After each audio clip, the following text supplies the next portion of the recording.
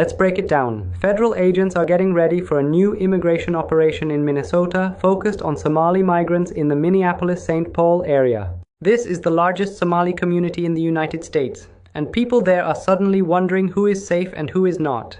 I'm Imran, a Middle East-based analyst who follows US politics and global affairs, and I want to look at what's really happening here. First, what is this operation?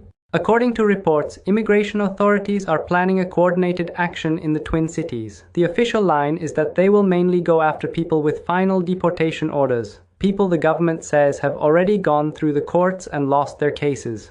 But it doesn't stop there. Like in previous actions, there's a big chance of what they call incidental arrests. That means if officers are looking for one person and find others in the same building without the right papers, those people can also be detained.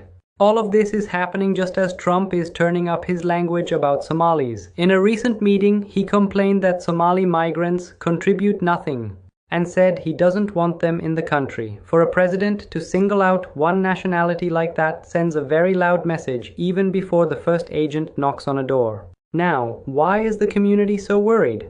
Minnesota has roughly 84,000 people of Somali background, and local leaders say the huge majority are US citizens or have legal status.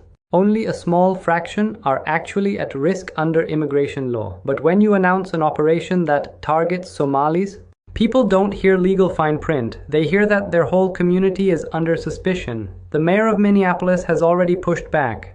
He says Somali residents are part of the city's fabric, that they start businesses, create jobs, and serve in public roles, including on the police force. He's also made one thing very clear. City police will not join any federal roundups because their job is public safety, not immigration checks. Community groups are warning that mistakes are almost guaranteed. If agents are told to focus on Somalis, there's a real risk that even American citizens will be stopped or questioned just because of their name, their accent, or the way they look. For people who escaped war and came to America for safety, that feels like history repeating itself. From where I'm sitting outside the US, this looks very familiar. We've seen many times how one group gets turned into a political symbol: migrants, Muslims, refugees. A few cases of crime or welfare abuse are used to paint the whole community as a problem. Then, when a government wants to look tough, it chooses that group for a big public crackdown. The official talking point is always, this is about law and order. But ask yourself, if law enforcement was the only goal, would you need speeches saying a whole nationality contributes nothing? Would you need language that makes an entire community feel unwanted, including people who are already citizens? So let's break it down one last time. On paper, this is an immigration operation focused on people with deportation orders. In reality, it's happening in the middle of aggressive speeches about Somali migrants, in the city that has the biggest Somali community in America.